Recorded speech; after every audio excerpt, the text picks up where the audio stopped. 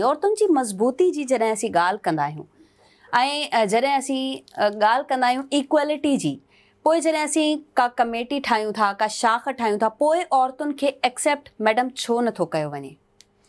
असां मतिलबु मां त जेसिताईं मूंखे शऊर आयो आहे या शऊर खां बि पहिरें मां औरतुनि जे इशूज़ ते ई कमु कयो आहे ऐं उनखे इलाही गहराई सां ॾिठो आहे।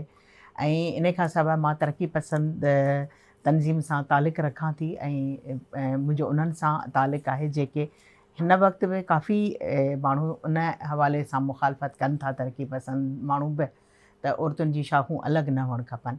पर हीअ जेको असांजो समाज आहे उन में तरक़ी पसंदि सोच सां सलाहियल माण्हू बि औरतुनि जे लाइ क़बूलियत न पैदा करे सघिया आहिनि। उहे किताबनि में त लिखनि था, उहे अफ़साननि में कहाणियुनि में लिखनि था त ऐं मज़मूननि में लिखनि था, स्टेज ते बि ॻाल्हि कनि था, पर अमली तौर ते हू औरतुनि सां गॾु हली न सघिया आहिनि।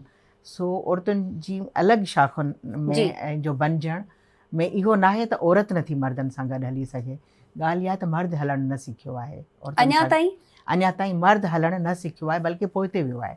मुंहिंजो जो सिंधी अदबी संगत सां तालुक़ु थियो हो त उन वक़्तु उन सॼी तनज़ीम में उन ज़माने में मां अकेली हुअसि ऐं मां पहिरीं न हुअसि संगत जी मेंबर, पर सभु अलॻि अलॻि। सुल्ताना वकासी मूंखां पहिरें हुई, उहा जॾहिं हूंदी तॾहिं उहा बि अकेली हुई।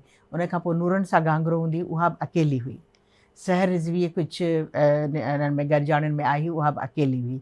जॾहिं मां हुयसि त मां बि अकेली हुअसि, यानी असां ॿ मायूं बि गॾु कोन हुआसीं। त असां ऐं उन दौर जा जेके मर्द मूंसां गॾु हुआ उहे हिकिड़ा अहिड़ा इंसान हुआ जिन इन सॼी शइ खे क़बूलु कयो, या चई सघिजे थो त उहे हिकिड़ी मुहज़ब शख़्सियत जा मालिक हुआ।